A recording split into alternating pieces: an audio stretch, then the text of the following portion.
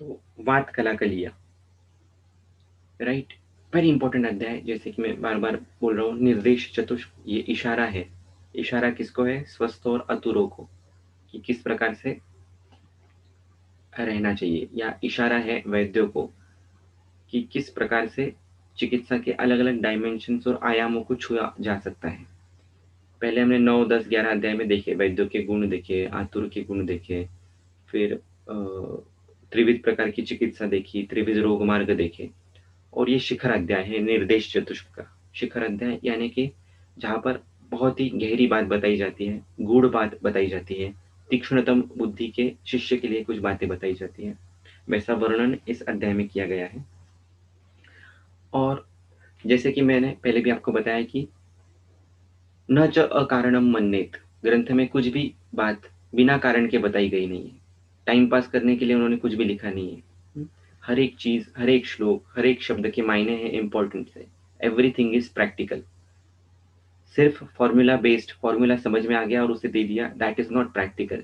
जब आप क्लिनिक में बैठोगे, खास करके स्टूडेंट से बोल रहा हूँ, गुरु बैठा है यहाँ पर, अदिति बैठी है, सो knowing the concept and using the formula only is not practical. Practice के लिए बहुत सारे अलग अलग डायमेंशंस लगते हैं।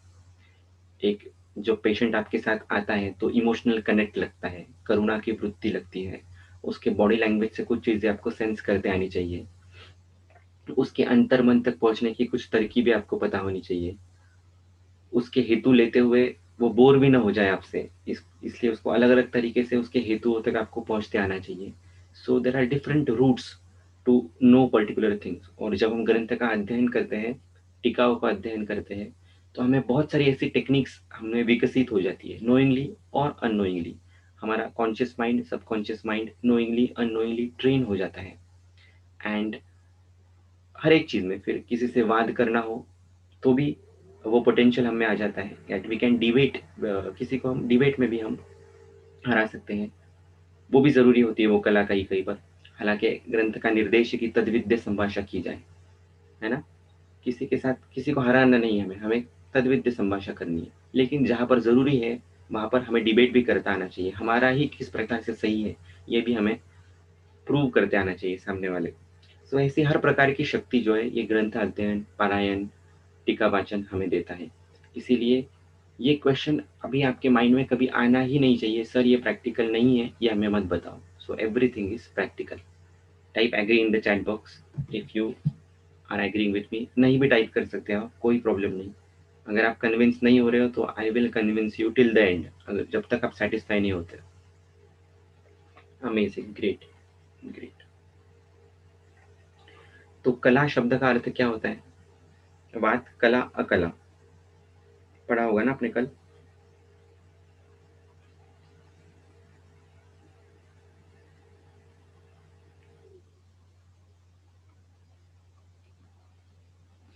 राइट, ये हमने चरक सूत्र स्टैंड 10th में भी देखा था। चरक सूत्र स्टैंड 10th अध्याय 3रे श्लोक में षोडश कला भेषज आया है, वहां पर कला शब्द का अर्थ गुण है। यहाँ पर भी कला अकला, कला मतलब गुण, अकला मतलब दोष, गुण और दोष, ये एक अर्थ है। और उसका गुण अर्थ या दूसरा अर्थ है सूक्ष्मतम। कला मतलब सूक्ष्म, और कला की भी अकला यानी कि जो सूक्ष्म से भी सूक्ष्म भाग है, यानी कि ऐसी कुछ चीजें। और सूक्ष्म का मीनिंग क्या होता है? सूक्ष्म ये गुण है ना, विंशति गुण, तो सूक्ष्म गुण का अर्थ क्या होता है? विवरणे सूक्ष्म, वेरी नाइस, विवरणे सूक्ष्म, संवरणे स्थूल, राइट, ये एक मीनिंग हुआ। और दूसरा सूक्ष्म का अर्थ होता है जो इंद्रियों से परे है, उसे कहते हैं सूक्ष्म, राइट। जो हमारे पंच ज्ञानेंद्रियों से जो हम जिसे देख नहीं पाते, कितना ही कोई बड़ा माइक्रोस्कोप क्यों ना ले लो, फिर भी आप उसे देख नहीं पाओगे, समझ नहीं पाओगे, फील नहीं कर पाओगे, वो चीज उसे सूक्ष्म कहा जाता है। उच्चारण भी ठीक से करना होता है, सूक्ष्म नहीं कहते हैं, दूसरा है ना, तो सूक्ष्म, वायु। तो उच्चारण की भी शुद्धि बहुत ज्यादा जरूरी है, जैसे मैंने सुश्रुत सूत्र स्थान 4थे अध्याय का बताया था आपको, सॉरी 3रे अध्याय का। वाक् सौष्ठवे अर्थ विज्ञाने प्रागल्भे कर्म नैपुणे तद अभ्यासे च सिद्धो ये तेत अध्ययन अंतगाः। अध्ययन जब संपूर्ण हो जाता है आपका, तो कौन सी चीजें आप में आना जरूरी है या अपेक्षित है? वाक् सौष्ठवे, ठीक से उच्चारण करते आना चाहिए, जो आपको आएगा अभी पारायण करते करते। अर्थ विज्ञाने, अर्थ समझ में आना चाहिए, श्लोक का अर्थ और गूढ़ार्थ। प्रागल्भ है, आपकी बुद्धि प्रगल्भ हो जानी चाहिए, इधर से उधर से सभी संदर्भों को इकट्ठा करते हुए आपको योग तंत्र युक्ति जिसे कहते हैं या अतिदेश तंत्र युक्ति से सभी अर्थों का एक साथ आपको समझ में आना चाहिए। वाक् सौष्ठवे अर्थ विज्ञाने, प्रागल्भ है, कर्म नैपुण्य, और ये सब करके आपको कर्म में निपुणता आनी चाहिए। वैद्य का परम कर्म क्या है? तो उसके रुग्ण का हित करना, उसके रुग्णों की चिकित्सा करना। तो इन चीजों का यूज आपको प्रैक्टिस में करते आना चाहिए, ये बहुत ज्यादा जरूरी है। और तद अभ्यास टीचर, और फिर again repeat 1 to 4 things again and again. वाक सौष्ठव ऐसा नहीं कि एक बार हो गया और आ गया, again and again, again and again. अर्थ विज्ञानी समझते जाइए, चरक 30 बार भी पढ़ी तो भी कम है। टीका इतना अलग अलग अर्थ हर बार उस पर निकलता चला जाता है। और प्रगल्भता बढ़ती जाती है, हमारे कनेक्शन जो है ग्रंथों से इस्टेब्लिश होना शुरू हो जाता है। तो हमारे भारतीय शास्त्रों में ऐसा कौन सा ग्रंथ है जिसके ऊपर सबसे ज्यादा टीकाएं लिखी हुई है?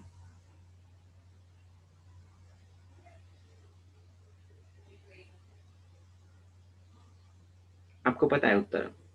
सिर्फ आपको चैट बॉक्स में टाइप करके भेजना है। Exactly right Devendra sir, Bhagavad Gita पे सबसे ज्यादा टीकाएं लिखी हुई है। और आयुर्वेद में यदि देखा जाए तो सबसे ज्यादा टीकाएं वाग्भट पे लिखी गई है, अष्टांग हृदय पर। जी, करीब 29-30 टीकाएं वहां पर मौजूद है। इसका सीधा सा जाहिर सा मतलब यह है कि एक ही चीज को एक्सप्लोर कितने लोग कितने तरीके से कर सकते हैं उसकी प्रगल्भता के हिसाब से, राइट। वैसे ही इसीलिए हमें टीका वाचन बहुत ज्यादा जरूरी है, क्योंकि वो हमारे डायमेंशंस खुलता है, बुद्धि के अलग अलग स्तर खुलता है।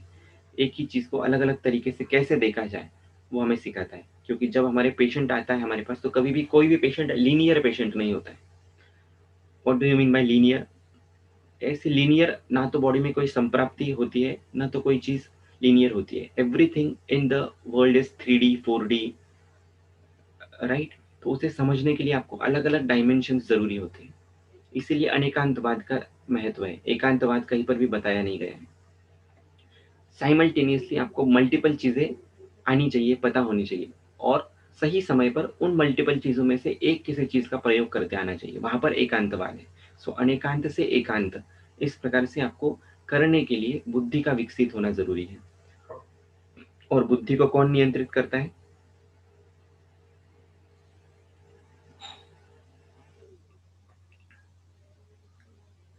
बुद्धि को कौन नियंत्रित करता है? मन बुद्धि को नियंत्रित करता है या बुद्धि मन को नियंत्रित करता है? कंफ्यूजन हो रहा है? राइट, है अंदर से बाहर नियंत्रण है। आनंदमय कोश ये विज्ञानमय कोश को नियंत्रित करता है, यानी कि आनंदमय कोश ये बुद्धि जो है ये विज्ञानमय कोश का भाग है। आत्मा की प्रेरणा से बुद्धि काम करती है, राइट। फिर विज्ञानमय कोश जो है, बुद्धि जो है ये मन को नियंत्रित करता है। फिर मन जो है ये प्राणमय कोश को नियंत्रित करता है, यानी कि वायु को। और प्राणमय कोश जो है ये अन्नमय कोश को नियंत्रित करता है। अभी यहाँ पर थोड़े थोड़े चेंजेस भी है स्लाइटली। जैसे इंद्रियाणाम मनोनाथः मनोनाथस्तु मारुतः, ये योग शास्त्र में आया है। इंद्रियों का नाथ कौन है? मन। इंद्रियाणाम मनोनाथः मनोनाथस्तु मारुतः, मन का नाथ कौन है? तो वायु। तो ये 2 वे रिलेशनशिप भी है। वायु और मन दोनों एक दूसरे को भी नियंत्रित करते हैं, लेकिन वस्तुतः जो नियंत्रण है वो अंदर से बाहर है। मन वायु को नियंत्रित करता है, मन की गति से आप वायु पर विजय प्राप्त कर सकते हो। ये योगियों में दिखता है हमें। हमारे लिए जरूरी क्या है? प्राणमय कोश इसलिए बहुत ज्यादा जरूरी है कि ये सबसे निकट है हमारे स्थूल शरीर से लेकर, है ना। हमारा जो फिजिकल बीइंग हमें दिख रहा है, स्थूल शरीर जो दिख रहा है, पंच भौतिक जो देह दिख रहा है, उसको सबसे कोई निकट है कोश, तो वो है प्राणमय कोश। तो यदि आपने प्राणमय कोश पे विजय प्राप्त कर लिया या प्राणमय कोश को सम्यक रखने की टेक्निक से सीख ली, तो आप कम से कम चिकित्सा में या बिना चिकित्सा के भी कोई भी शारीरिक व्याधि को ठीक कर सकते हो। प्रमेह को ठीक करना है, आप प्राण की ठीक कर सकते हो। ज्वर को ठीक करना है, आप प्राणमय कोश के थ्रू ठीक कर सकते हो। Type agree in the chat box, C for confused if you are confuse in the chat box, और disagree totally, D in the chat box. Yes, nice. No one is disagreeing. That is wonderful. At least there is uh, confusion. Very nice. We'll go in detail about that. है ना, जैसे कि मैंने पहले भी बताया, ये सभी चीजों का रिलेशन है, आपको इन सब रिलेशंस को धीरे धीरे धीरे धीरे समझना है। नियंत्रण क्या है? अंदर से बाहर है, बार बार बोल रहा हूँ। आनंदमय कोश करता है विज्ञानमय कोश को, विज्ञानमय मनोमय, मनोमय प्राणमय को, प्राणमय अन्नमय को। अभी जो व्याधियां है, शारीरिक व्याधियां, ज्वर, रक्तपित्त, गुल्म, मेह, कुष्ठ, उन्माद, अपस्मार, ये शारीरिक व्याधियां है, राइट। अभी ये शारीरिक व्याधियां शारीरिक स्तर पे तो ठीक होने ही वाली है। वात पित्त कफ की जो भी कोई आप ट्रीटमेंट दोगे, शोधन शमन, उससे ट्रीट होना ही होना है। लेकिन उनका सुप्रीम कंट्रोल जो है वो प्राणमय कोश के पास है, मनोमय कोश के पास है, विज्ञानमय कोश के पास है। इसीलिए हर एक जगह पर प्रज्ञा अपराध को रूट बताया गया है, क्योंकि उसके ऊपर आनंदमय कोश है, उस पर आपका साक्षात नियंत्रण नहीं है, वो किसी सिद्धि के बाद प्राप्त होता है। लेकिन आप प्रज्ञा अपराध किस स्तर तक जा सकते हो? यदि आप बुद्धि को शुद्ध कर लो तो अपने आप मन अच्छा रहेगा, मन अच्छा रहा तो प्राण अच्छा रहेगा, प्राण अच्छा रहा तो उसका इफेक्ट अन्नमय कोश पे दिखेगा और आपको कोई भी बीमारी नहीं होगी। और ऐसा ही रिवर्स ऑर्डर में आपको जाना होता है। मान लीजिए पेशेंट प्रमेह का है, पेशेंट के प्रमेह को पहले आप क्या बोलोगे? निदान परिवर्जन आदि सब चीजें वो उसको करना जरूरी है। फिर उसके प्राण के ऊपर भी आपको नियंत्रण लाना जरूरी है, क्योंकि प्राणो ही शोणितम अनुवर्तते। प्राण जो है ये रक्त के माध्यम से पूर्ण शरीर पर काम करता है। इसलिए प्रमेह की जो भी विकृति है वो सिर्फ कफ से रिलेटेड नहीं है, श्लेष्म प्रधान दोष है। रक्त और मेद प्रधान दुष्य है, रक्त भी उसमें दुष्य है। तो सभी दुष्य, सभी स्रोतस, पूरा शरीर उसमें अफेक्टेड है, प्राण तक वो विकृति फैली हुई है। तो यदि आपको प्राण पर नियंत्रण प्राप्त करना है तो वहां पर प्राण को जीतने की टेक्निक्स भी है, वो भी आपको पेशेंट को सिखानी होती है। जैसे प्राणायाम का यूज करना, वेगा अवरोध किस प्रकार से नहीं करना है, या प्राण की साक्षात चिकित्सा जो है, जो कि निरूह बस्ती है, अनुवासन बस्ती है, स्थूल पांचभौतिक वायु की प्रधान चिकित्सा है, और निरूह बस्ती जो है ये सूक्ष्म तन्मात्रिक या सूक्ष्म भौतिक पंचवायु की चिकित्सा है। जानबूझकर कुछ ऐसे स्टेटमेंट्स दे रहा हूँ ताकि आपके माइंड में कंफ्यूजन क्रिएट हो। इसके ऊपर हम डिटेल में डिस्कशन करने ही वाले हैं, राइट। तो ऐसा भेद है। So it is practical in that way too. मान लीजिए किसी को कैंसर है, तो क्या आप सिर्फ उसकी बुद्धि के स्तर पर उसका कैंसर ठीक कर सकते हो? बहुत बड़ा स्टेटमेंट मैं आपको दे रहा हूँ, समझने की कोशिश कीजिए। If a person is having cancer, तो क्या आपने उसकी बुद्धि ठीक कर दी तो कैंसर ठीक होना चाहिए आइडियली, क्योंकि प्रज्ञा अपराध यदि मूल है सभी बीमारियों का, तो प्रज्ञा उसकी विशुद्ध कर दो, कैंसर ठीक होना चाहिए। होगा या नहीं होगा? फिर इतने क्यों झमेले में पड़ रहे हैं सब द्रव्यों के? सिर्फ बुद्धि में मास्टर बन जाओ, किसी की बुद्धि सिर्फ ठीक कर दो, उसका कैंसर ठीक होना चाहिए। Very nice. श्रीवा मैम ने नहीं बोला है, निधि मैम ने नहीं बोला है। Good good good Mahesh sir, nice. तो दोनों उत्तर सही है, सही भी है और गलत भी है। जो धातु क्या कहते हैं, दोष संतान परंपरा निर्माण होती है। जब भी कोई व्याधि होता है तो एक दोष संतान परंपरा निर्माण होती है। जब भी कोई एक गलत चीज की निर्मित होती है तो वो गलत चीज पुनश्च एक नई गलत चीज की निर्मित कर देता है, और वो परंपरा चालू ही हो जाती है। ये मैंने मेरे एक स्वभाव परमवाद के लेक्चर में कहा है, आप चाहिए तो उसको ढूंढ सकते हो, यूट्यूब पे बाद में देख सकते हो। दही सेवन किया, शोफ की श्रृंखला चालू की, शोफ निर्माण करने वाले परमाणुओं ने फिर से शोफ की निर्मित चालू की, और वो परंपरा है जो अविरत चल ही रही है। इसीलिए स्वभाव उपरम होने के बावजूद भी कोई चीज निर्माण हुई है तो उसका नाश तो होना ही होना है, लेकिन फिर से वो किसी को निर्माण करके नाश हो रहा है, इसीलिए वो श्रृंखला बनी ही रह रही है। और इस चीज को बनने तोड़ने के लिए हमें धातु साम्य प्रस्तापित करना होता है।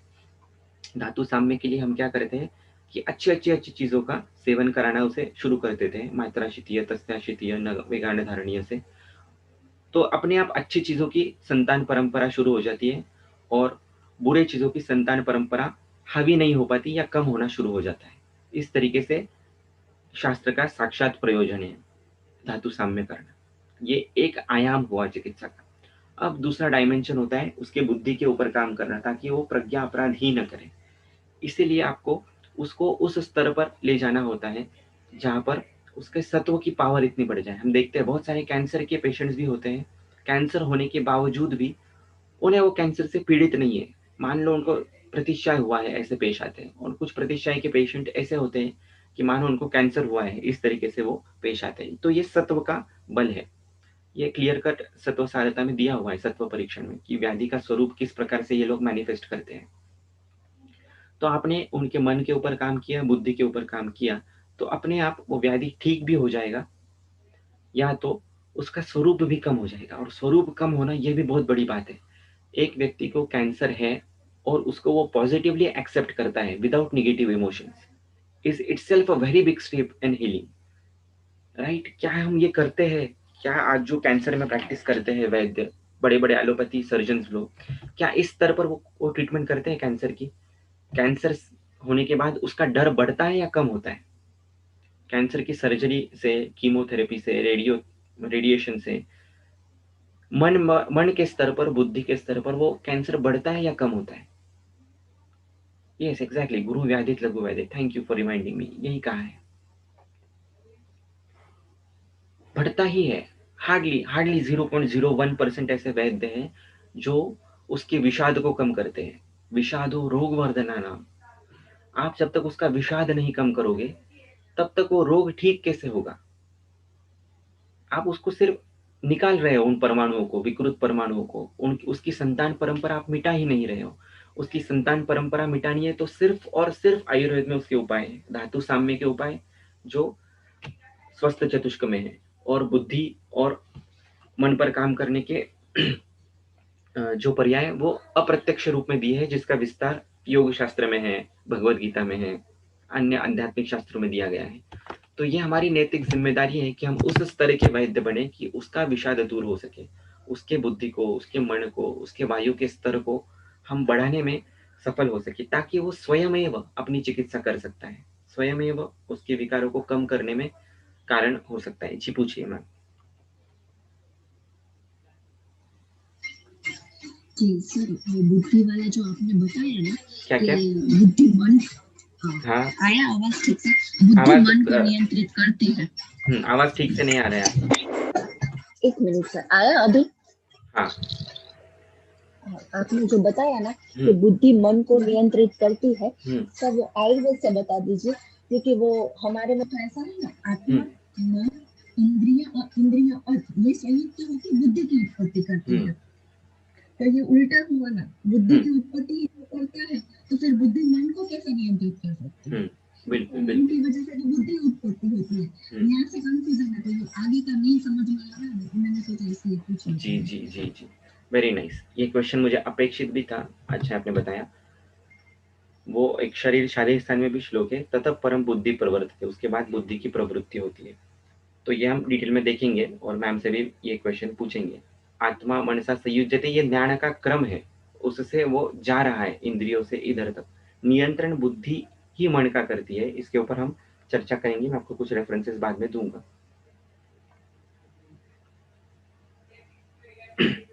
क्योंकि ये वन लाइन में नहीं दिया जा सकता इसका आंसर, इसलिए I am not giving it over here Shriba ma'am. लेकिन ये क्वेश्चन बहुत जरूरी है, ये हम आज डिस्कस भी करेंगे और मैम से भी पूछेंगे। ओके। सो सूरज सर, सत्व को कैसे बढ़ाना है? कुछ पेशेंट जब क्रिटिकल होते हैं तो वो कुछ समझना ही नहीं चाहते हैं। यही तो होता है क्रिटिकल कंडीशन में, इस तरह का रज और तम का आवरण होता है कि हम कुछ दे ही नहीं पाते। इसीलिए सत्व को कैसे बढ़ाना है? तो सत्व को पहले स्वयं का बढ़ाना है। यदि आपका सत्व अच्छा नहीं होगा तो आप पेशेंट को सत्व दे ही नहीं सकते। ये 100%, 100 बातों की एक बात है। तो और यदि वैद्य का सत्व बढ़ता है तो वो जीत हस्त बनता है। फिर चाहे उस व्यक्ति में रज और तम का आवरण क्यों ना हो, उसकी दृष्टि मात्र से, उसके स्पर्श मात्र से उसमें कुछ हद तक तो परिवर्तन आता है। और बाकी उसमें बहुत सारा रोल दैवों का भी है, कुछ रोल शारीरिक दोषों का भी है, ऐसे सभी चीजों का उसमें फैक्टर्स है। सत्व बढ़ाने का सबसे सुंदर तरीका है पारायण। दूसरा तरीका है आचार रसायन का सेवन। आचार रसायन आत्मा की तरफ जाने का मार्ग है। इसीलिए सत्यवादिनम अक्रोधम निवृत्तम मध्य मैथुनात् अहिंसकम अनायासम प्रशांतम प्रियवादिनम। इस प्रकार से जितनी चीजें आपसे बन पड़ती है उतनी आप करोगे तो अपने आप सत्व का लेवल बढ़ता चले जाएगा। सत्व का लेवल बढ़ता है तो एक कॉन्फिडेंस आता है, और वो कॉन्फिडेंस झूठा नहीं होता है। सत्व सारथा में दिया है महोत्साह, और वो व्यक्ति युद्ध में भी किसी से हारती नहीं है। तो व्याधि से हम जंग ही तो करते हैं, उस जंग में हम व्याधि कभी भी हमसे जीत नहीं पाता है। यानी कि every time you are one step ahead of the व्याधि। व्याधि कितना भी बड़ा क्यों ना हो जाए, उसके ऊपर हमारी बुद्धि काम करती है। हम कभी भी इमोशन से हावी नहीं हो जाते हैं। और ये बहुत ज़्यादा ज़रूरी है प्रैक्टिस में, कि पेशेंट बहुत बार आता है, सर कुछ भी फ़र्क नहीं गिर रहा है आपकी ट्रीटमेंट से, 2 महीने हो गए, 6 महीने हो गए, कभी-कभी 1 साल हो गया। लेकिन आपका सत्व अच्छा होगा तो पेशेंट को फ़र्क 0% भी हो, फिर भी वो आपकी श्रद्धा से आपके पास टिका हुआ रहता है 1 साल, 2 साल, 3 साल तक। पुराने वैद्य ऐसा करते थे, सिर्फ एक ही मेडिसिन 6-6 महीने, 1-1 साल तक चलाते थे।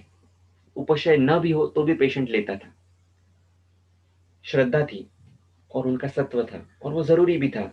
व्याधि वैसा रहता होता था कि वो 1 महीने में, 2 महीने में ठीक होने वाला नहीं था। उसके लिए निरंतर अभ्यास की आवश्यकता होती थी। तो ये हमें बहुत बहुत ज़्यादा ज़रूरी है प्रैक्टिस में। इससे बड़ी कोई प्रैक्टिकल चीज़ हो ही नहीं सकती। वैद्यों का सत्व बढ़ाना, स्वयं का सत्व बढ़ाना, और यहाँ पर ही हम कम गिर रहे हैं। सबसे बड़ी कमी क्या है? तो कंसेप्चुअल क्लैरिटी में कमी होना, ये गौण बात है, वो तो हो जाता है धीरे-धीरे। सबसे बड़ा रोग है विषाद, जो वैद्यों को हुआ है, तो हमें वो कम करना है, राइट? अब इस एक अध्याय में बहुत इम्पोर्टेंट एक चीज़ छेड़ी गई है। आपको भी ये प्रश्न शायद पढ़ा हुआ होगा। ये प्रश्न अग्निवेश को पढ़ा है।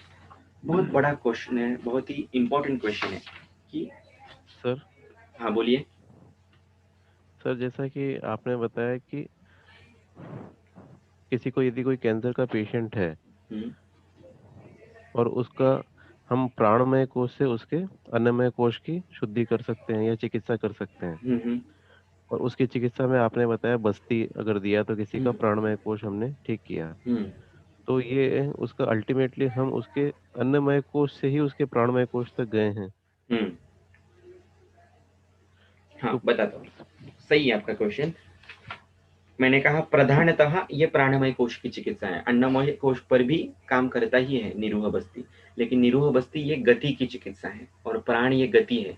निरूह बस्ती के लिए बहुत सारे क्राइटेरिया ज़रूरी है।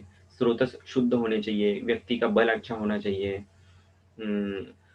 फिर अग्नि उसका बहुत अच्छा होना चाहिए, तभी ही आप निरूह दे सकते हो। ऐसे साम अवस्था में निरूह देना अलाउड नहीं है। आप दोगे तो भी उसके बहुत डेंजरस साइड इफ़ेक्ट्स आगे जाके होते हैं। तो निरूह बस्ती प्रधानतः गति की चिकित्सा है। गति जो है ये प्राण शक्ति के माध्यम से काम करती है। गुद जो है ये सुषुम्ना का प्राण का मूल केंद्र है, और वहाँ से उस गति के माध्यम से रक्त के थ्रू संपूर्ण वीर्य जो है उसका फैलता है। शक्ति जो है उन द्रव्यों की फैलती है और वो कार्य होता है। इसीलिए निरूह जो है ये गति की चिकित्सा होने के कारण प्राणमय कोश की प्रधानतः चिकित्सा है। बाकी उसमें डेफिनेटली अन्नमय कोश के ऊपर भी उसका इफेक्ट दिखता ही है, स्थूलवात पर भी उसका इफेक्ट दिखता ही है, और कफ पित्त आदि दोषों पर भी दिखता ही है। जी सर। ये मैम और डिटेल में आज शायद बताएंगे आपको लेक्चर में, लेकिन क्वेश्चन आपके जहन में रख देना ये। हाँ, हम पूछेंगे उनको भी बाद में। सर जैसे वहां से अगर मनोमय कोश विज्ञानमय कोश तक जाना हो हम्म। तो वो अप्रोच कैसी होगी, किस वो तरीके से वो होगी मुश्किल अगर है, वहां वैसा से। नहीं हो पाएगा उतना डायरेक्टली। हम वैसा कोशों की शुद्धि बाहर से अंदर तक नहीं कर सकते। प्राण का और अन्न का थोड़ा सा आपस में रिलेशन है, इसलिए वो थोड़ा बहुत होता है। ये प्राण और मन का है तो इधर उधर थोड़ा बहुत 20-20 होता है, लेकिन बाय एंड लार्ज वैसा नहीं होता है। बाय एंड लार्ज अंदर से बाहर है। आपकी जिज्ञासा, आपका सत्व, वो अंदर से बाहर ही उसका रिफ्लेक्शन ज्यादा होगा। इसीलिए इन सभी चीजों तो में दैव का बहुत बड़ा रोल है कहीं ना कहीं।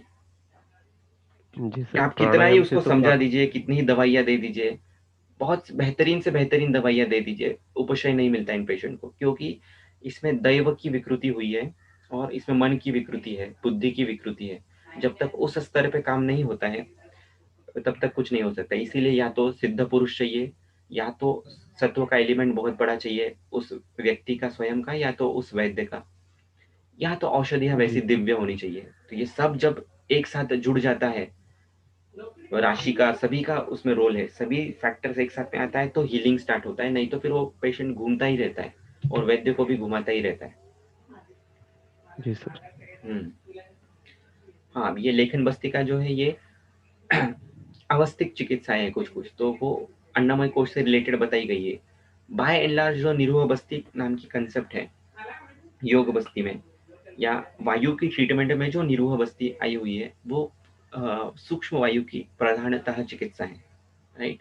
लेकिन बस्ती के इंडिकेशंस और रोल कुछ अलग अलग है। ये भी एक क्वेश्चन आप रहने दीजिएगा, वो भी हम पूछेंगे। और घबराने की कोई आपको बात नहीं है। आज मैम ने ये मुझे कहा है कि 1 घंटे में जितना होता है उतना, नहीं तो फिर से एक 10-15 दिन के बाद और एक लेक्चर भी वो लेने वाली है, जब तक आपके सारे डाउट्स क्लियर ना हो जाए। ओके, तो मैंने उन्हें काफ़ी रिक्वेस्ट की थी क्योंकि ये बेसिक कंसेप्ट है और इसमें क्लैरिटी नहीं है बहुत लोगों को, मुझे तक नहीं है बहुत चीज़ों में। So and luckily ma'am agree हुए हैं। लेट्स सी कैसे होता है। तो सबसे बड़ा प्रश्न अग्निवेश को यहाँ पर पढ़ा है इस अध्याय में। कथम च एनम असंघातवंतम अनवस्थितम अनासाध्यम प्रकोपणम प्रशमनानि। वायु जो दिखता नहीं है, अव्यक्त व्यक्त कर्मा है, असंघातवंतम है, जिसके अवयव नहीं है, जो अनवस्थित है, जो इतना चंचल है, जो सूक्ष्म है, जो इंद्रियों से परे है, ऐसे न दिखने वाले, न समझे जाने वाले, न चिपकने वाले चंचल ऐसे वायु को दिखने वाले स्थूल रूप के द्रव्य कैसे प्रकोप और प्रशम करते हैं, राइट। वायु का प्रकोप हुआ है, चना जैसा द्रव्य है, दृश्य है, पांचभौतिक है, रुक्ष शीत गुण प्रधान है, तो ये न दिखने वाले द्रव्य की चिकित्सा स्थूल दिखने वाले पांचभौतिक द्रव्यों से कैसे हो सकती है। इस प्रकार का ये प्रश्न पूछा है। प्रश्न समझ में आया आपको? How is the question? कितने मार्क्स दोगे आप इस प्रश्न को 100 में से?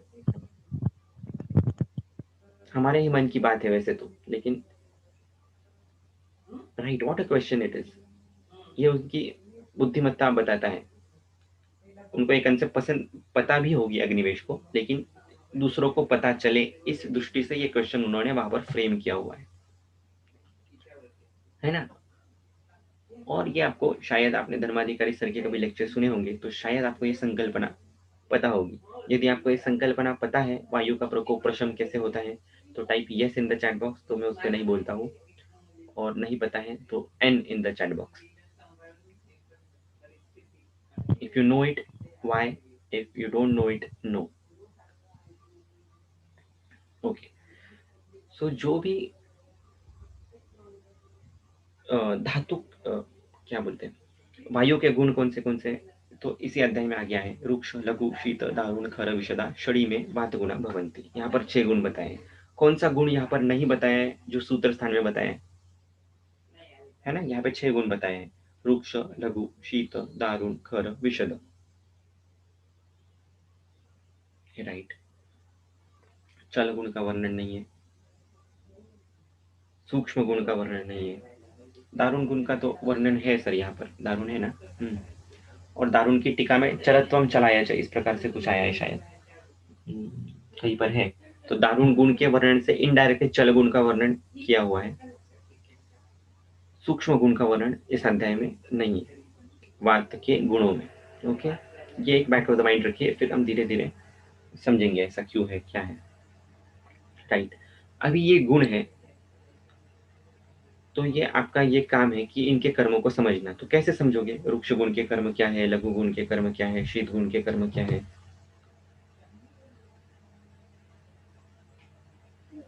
है ना। यहाँ पे तो नहीं दिया हुआ है रुक्ष गुण क्या करता है, लघु गुण क्या करता है।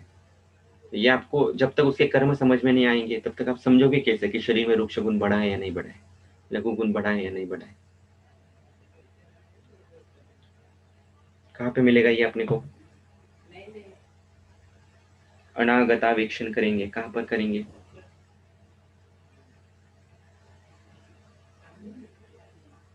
अरे इजी है, ये तो रेफरेंस इजी है, कहाँ पर आया हुआ है?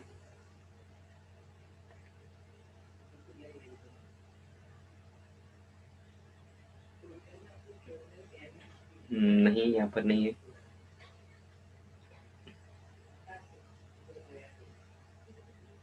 अष्टांग हृदय में एक एक आया है डायरेक्ट, हिमाद्री ने एक एक बताया है, विवरणे सूक्ष्म हासव वर्णे स्थूला, इस प्रकार से। लेकिन बेसिक कहाँ पर आया है? तो आया है चरक विमान 8 में, प्रकृति के वर्णन में, राइट। उन्होंने गुणों के हिसाब से वर्णन किया है। वृक्ष लघु शीत खर परुष विशदाः तस्य रोक्षाद वातला वृक्ष अपचित अल्प शरीराः लघुत्वात् लघु चपल गति चेष्टा आहार विहाराः, इस प्रकार का वर्णन वहां पर आया है। तो ये आपको यहाँ पर उसका अर्थ लगाना है कि कौन से गुण का क्या कर्म होगा। अपचित शरीर यदि है किसी का तो उसमें प्रधान कारण कौन है, तो वृक्ष गुण कारण है। इस किसी व्यक्ति को शीत सहन नहीं हो रहा है तो उसका प्रधान कारण क्या है, शीत गुण की कमी होना। किसी के शरीर में शुक्र कम है या अपत्य नहीं हो रहा है किसी को तो उसका प्रधान कारण क्या है, कटु और अम्ल रस का सेवन। कटु अम्लत्वात् अल्प शुक्र व्यवाय आपत्या। तो बहुत बहुत प्रैक्टिकल है, इसका भी आप माइंड मैप बना सकते हैं। गुणों के हिसाब से कर्म फ्रॉम द प्रकृति व्यू पॉइंट, प्रकृति के परिप्रेक्ष्य में, प्रकृति के एंगल से, राइट। तो अभी सबसे बड़ी बात यहाँ पर यह है कि जब भी हम कोई ऐसे वातवर्धक चीजों का सेवन करते हैं जो वृक्ष लघु शीत दारुण खर विशद गुणों के होते हैं, तो इससे हमारा जो सूक्ष्म वात है, जो पांच भौतिक नहीं है, उस पर कुछ परिणाम गिरने ही नहीं वाला है। जाहिर सी बात है क्योंकि वो अपांच भौतिक है। तो परिणाम गिरेगा कहाँ पर, तो शरीर पर गिरेगा। वृक्ष लघु शीत इस गुण के जो भी कोई द्रव्य आप विजुअलाइज कर सकते हो, आइसक्रीम है, चना है, मकुष्ट है, कलाएं है, जो भी कुछ ऐसे द्रव्य है, इनका परिणाम कहाँ पर गिरेगा, शरीर को। इसलिए आगे के श्लोक में उन्होंने बताया है कि वात प्रकोपनानि खलु वृक्षादि शरीराणाम, वृक्ष कराणी शरीराणाम, लघु कराणी शरीराणाम, शीत कराणी शरीराणाम। जिसको हम वात प्रकोप कहने वाले द्रव्य बता रहे हैं, गुण बता रहे हैं, वो वास्तव में वात को वैसा नहीं करते हैं, वो शरीर को वैसा करते हैं। It's a very important thing. वात प्रकोपनानि खलु वृक्ष लघु शीत दारुण खर विशद सुशीर कराणी शरीराणाम। शरीर वृक्ष होता है, शरीर लघु होता है, शरीर शीत होता है, और बाद में वहां पर प्राण की जो शक्ति बह रही है कंटिन्यूस, वो वहां पर वो शक्ति रुक जाती है क्योंकि वो उसके समान गुणों की है, और उसी का नाम वात प्रकोप है। साक्षात वायु पर कुछ हम कर ही नहीं सकते क्योंकि वो भगवान है, वो शक्ति है, वो शक्ति स्वरूप है, सूक्ष्म है, अव्यक्त है। जो भी कुछ हो रहा है शरीर पर हो रहा है, और उसका इफेक्ट जो है इनडायरेक्टली उस वायु पर दिख रहा है, इसलिए हम उसको वात प्रकोप कह रहे हैं। कंसेप्ट क्लियर हो गई? Type in the chat box.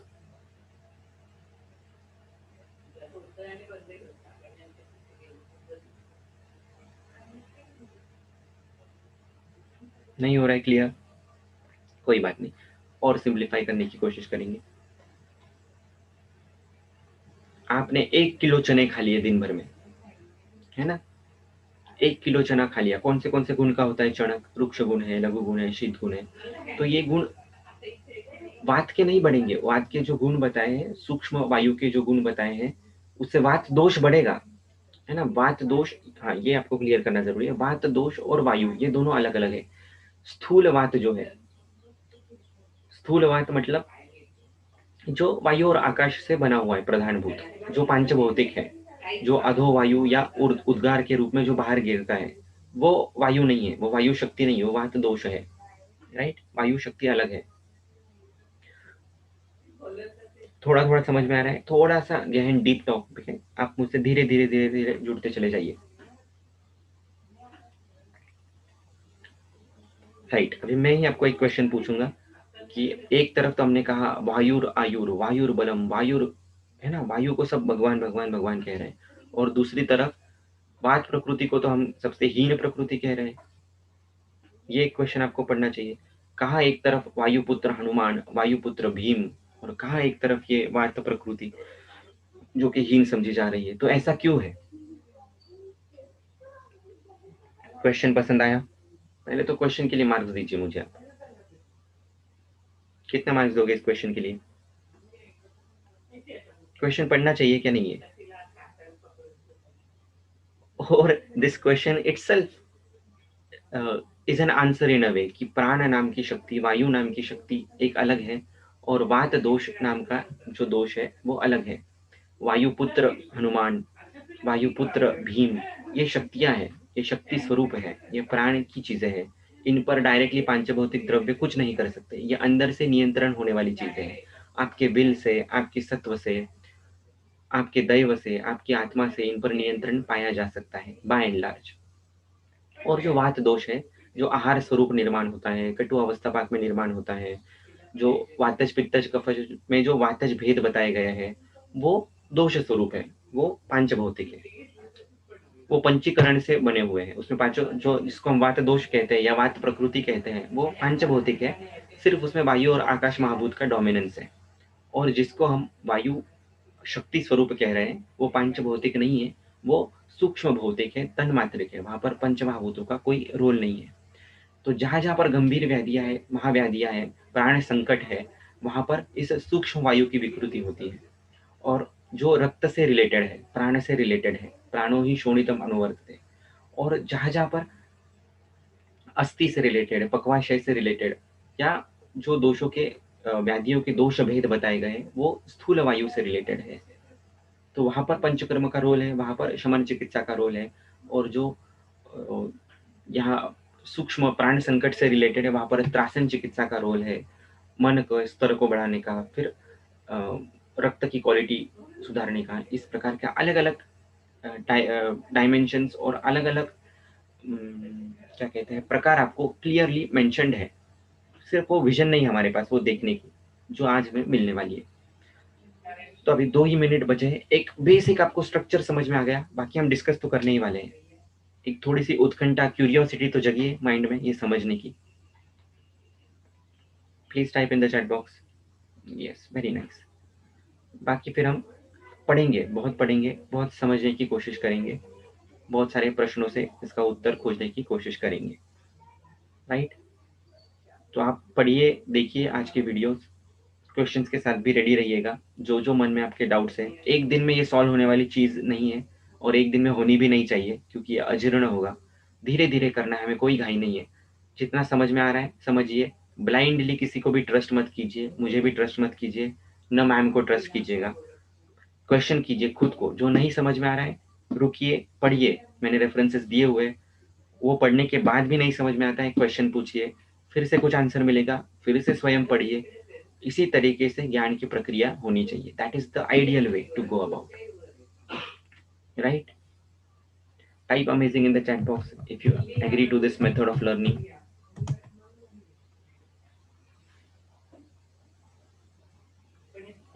Yes. Great, great, great. अभी 1 मिनट है, किसी को अनम्यूट करके कुछ पूछना है तो पूछ सकते हैं, otherwise we'll take a leave and begin our discussions in the group later on.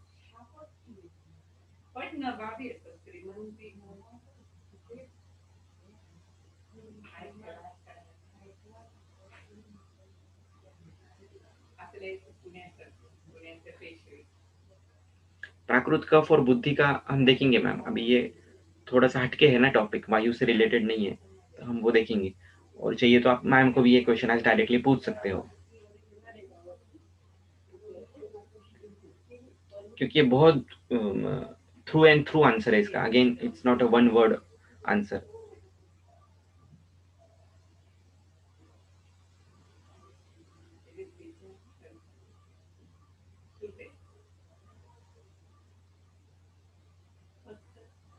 One word में दूंगा तो गलत मीनिंग जाएगा, इसलिए मैं जानबूझ के नहीं दे रहा हूँ। बाकी कोई प्रॉब्लम नहीं, और मुझसे बेहतर मैम दे पाएंगी, इसलिए I have kept up to her. जी एग्जैक्टली।